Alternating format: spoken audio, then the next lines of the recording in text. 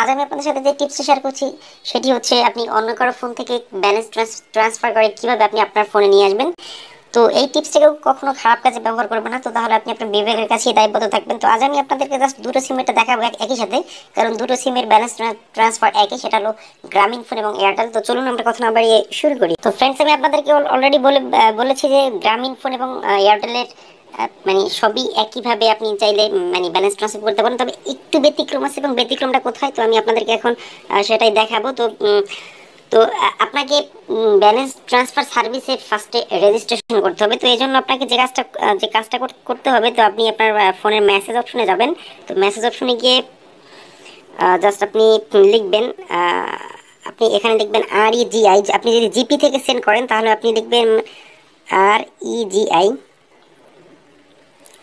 আর আপনি যদি এয়ারটেল থেকে করেন তাহলে আপনি লিখবেন শুধু REG, তখন আর আইটা থাকবে না, তখন কিন্তু আইটা থাকবে না, শুধুমাত্র জিপি থেকে আপনি যখন করতে যাবেন তখন আপনি সেন্ড করবেন REG, তারপরে আপনার অতিরিক্ত আই লাগবে, এরপরে আপনি সেন্ড করবেন অন 000-তে। তো অন 000-তে আপনি সেন্ড করে দেবেন। তো সেন্ড করে দেওয়ার পরে ওখান থেকে আপনাকে একটা পিন কোড জানিয়ে দেওয়া হবে। মূলত যে পিন কোডের সাহায্যে আপনি ব্যালেন্স ট্রান্সফারটা করবেন, তো আমার এখানে অলরেডি একটা পিন কোড তারা হয়তো বা জানিয়ে দিয়েছে। তো আমি জাস্ট এখন আপাতত দেখলাম আমার এই পিনটা দিয়ে দিয়েছে, কিন্তু 508214 508214 আমার এই পিন কোডটা কিন্তু লাগবে। তো এরপরে এখন আপনি কিভাবে ব্যালেন্সটা ট্রান্সফার করবেন, আমার এই পিন কোডটা কিন্তু লাগবে।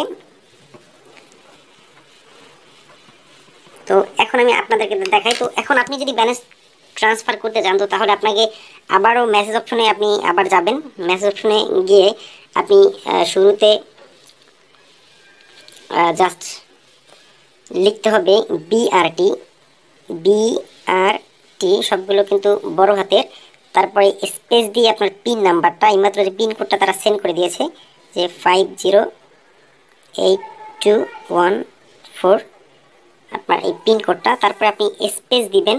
স্পেস দিয়ে আপনার ফোন নাম্বার, অর্থাৎ যেই নাম্বারে আপনি ব্যালেন্স ট্রান্সফার করতে চান আপনি সেই নাম্বারটা দিবেন। তো আমি একটা নাম্বার এখানে দিচ্ছি 17। তো এরপরে সর্বশেষ আবার স্পেস দিয়ে আপনি কত টাকা সেন্ড করতে চাচ্ছেন, তো আপনি জাস্ট সেই অ্যামাউন্ট আপনি দিয়ে দেবেন। আমি এখানে জাস্ট 10 টাকা সেন্ড করে দেখাচ্ছি। তো এরপরে আপনার আর কোনো কাজ নেই, আপনি জাস্ট সেন্ড করে দিবেন অন 000-তে আপনি সেন্ড করে দেবেন। ওকে ফাইন, আমি সেন্ড করে দিচ্ছি।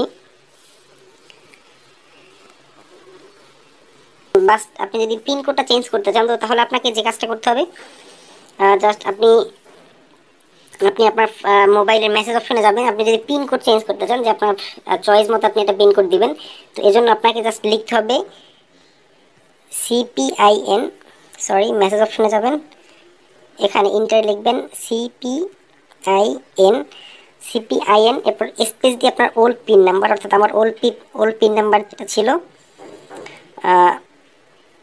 এই যে 508214 এটা ছিল। এরপরে এখন আমি যদি নিউ যেটা দিব, আমি মনে করেন দিলাম 1234, আবার স্পেস দিয়ে 1234, জাস্ট এটা আমি মানে নিউ যে পিন নাম্বারটা আপনি সেটা দুইবার দিবেন, তারপরে আপনি আবার সেন্ড করবেন এই যে উপরের অন 000-তে। তো তাহলে আপনার পিন কোডটা আপনার চেঞ্জ হয়ে যাবে।